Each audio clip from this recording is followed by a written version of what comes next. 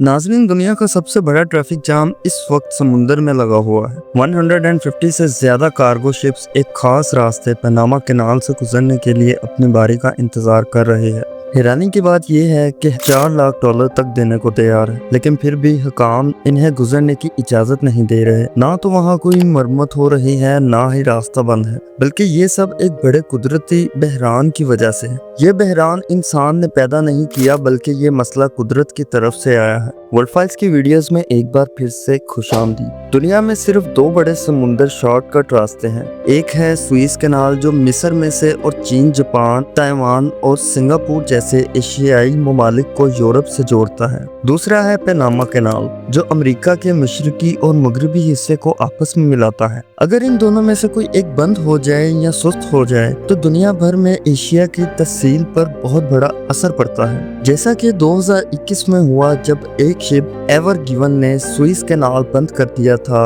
और 6 दिन के लिए पूरी दुनिया का बहरी निजाम रुक गया था। पनामा कैनाल समुद्र के सतह से 30 मीटर ऊंची जमीन पर वाक़या है, इसलिए यहाँ शिप को ऊपर नीचे ले जाने के लिए खास लॉक्स बनाए गए हैं। ये लॉक सीढ़ियों की तरह काम करते हैं। जब शिप एक लॉक में आती है तो इसमें गेटन लेक का पानी भर दिया जाता है ताकि पानी की सतह इतनी हो जाए कि शिप अगले लॉक में जा सके। हर शिप इतना पानी खर्च करती है जितना 5 लाख लोग रोज पीते हैं। जब रोजाना 38 शिप्स गुजरती थीं तो एक दिन में 1.9 करोड़ लोगों का पानी सिर्फ जाया होता था। अब वहाँ बारिश बहुत कम हो रही है। गेटन लेक जो इन लॉक्स को पानी देता है वो तेजी से खुश्क हो रहा है। 2023 में बहुत कम बारिश हुई और 2024 की पेशगोई भी ऐसी ही है। इस कमी की वजह से पनामा को एक मुश्किल फैसला करना पड़ रहा है। या तो वो कैनाल बंद कर दें ताकि लोगों को पीने का पानी मिले, या फिर कैनाल खुला रखें और पानी का खतरा मोल लें।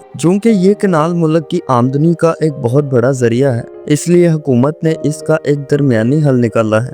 अब रोजाना सिर्फ 18 शिप्स को गुजरने की इजाजत है, और वो भी सिर्फ हल्की शिप्स जो कम वजन लेकर चल रही हों। शिप्स को अपनी लोडिंग 40% तक कम करनी पड़ रही है। साथ ही साथ एक नया फ्रेश वाटर सरचार्ज भी लगाया गया है ताकि पानी के इस्तेमाल को कंट्रोल किया जा सके। ये इक़दामात वक्ती तौर पर मददगार हो सकते हैं, लेकिन ये किसी मुस्तकिल हल का हिस्सा नहीं है। अब मैक्सिको में एक नया मंसूबा बनाया जा रहा है जिसका नाम इंटीनियो ओशिनी कॉरिडोर है। यहाँ सिर्फ 190 किलोमीटर फासले पर दोनों तरफ समुद्र मौजूद है। हुकूमत यहाँ एक रेल नेटवर्क बना रही है जिसके जरिए सामान को एक तरफ से उतार कर दूसरी तरफ ले जाया जाएगा और वहाँ दोबारा शिप में चढ़ाया जाएगा। ये मंसूबा 2030 तक मुकम्मल होगा और पनामा कैनाल के मुकाबले में ज्यादा सस्ता और तेज होगा। लेकिन सवाल ये है कि अगर बारिशें कम होती रहीं तो दुनिया के लिए क्या मुतबादिल हल मौजूद होंगे? सिर्फ मैक्सिको का मंसूबा काफी नहीं होगा, क्योंकि दुनिया की तिजारत इतनी बड़ी है कि एक रास्ते से पूरा निजाम नहीं संभाला जा सकता।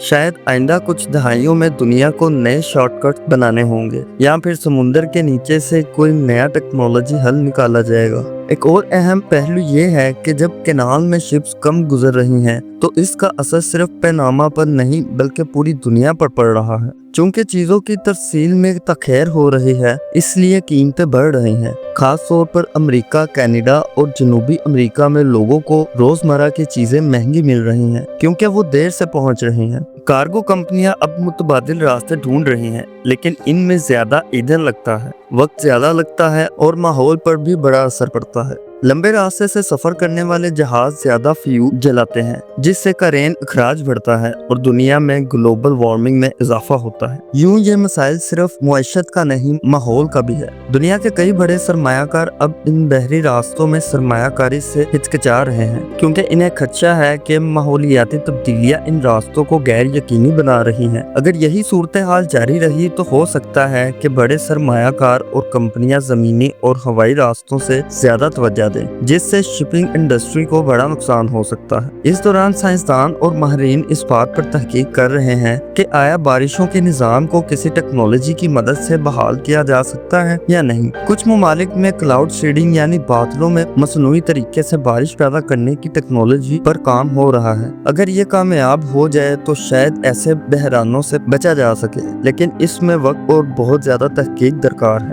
ماحولیاتی ماہرین کا کہنا ہے کہ اگر ہم نے ابھی بھی قدرتی وسائل کا صحیح استعمال نہ سیکھا تو مستقبل میں نہ صرف شپنگ بلکہ زراعت، بجلی اور پینے کے پانی جیسے شعبے بھی شدید متاثر ہو سکتے ہیں۔ خاص طور پر ترقی پذیر ممالک میں یہ اثرات بہت جلد اور بہت شدید ہو سکتے ہیں، جہاں پہلے ہی وسائل کی کمی ہے۔ اقوام متحدہ یعنی یونائٹڈ اسٹیٹس اور دیگر عالمی ادارے اب ایسے قوانین بنانے پر غور کر رہے ہیں جن سے بین الاقوامی پانیوں میں جہازوں کی نقل و حرکت کو ماحولیاتی اصولوں کے تحت محدود کیا جا سکے۔ مقصد یہ ہے کہ سمندری زندگی کو بچایا جا سکے اور انسانی سرگرمیوں سے پیدا ہونے والی تبدیلیوں کو کنٹرول کیا جا سکے۔ آخر میں بات یہی ہے کہ پیناما کینال کا مستقبل اب قدرت کے رحم و کرم پر ہے۔ اگر بارشیں وقت پر واپس آئیں تو سب کچھ دوبارہ نارمل ہو سکتا ہے، لیکن اگر ایسا نہ ہوا ہمیں نئے حل تلاش کرنا ہوں گے۔ یہ صرف پیناما کا مسئلہ نہیں بلکہ پوری دنیا کے لیے ایک وارننگ ہے کہ قدرتی وسائل کا غلط استعمال ہمیں کہاں لے جا سکتا ہے۔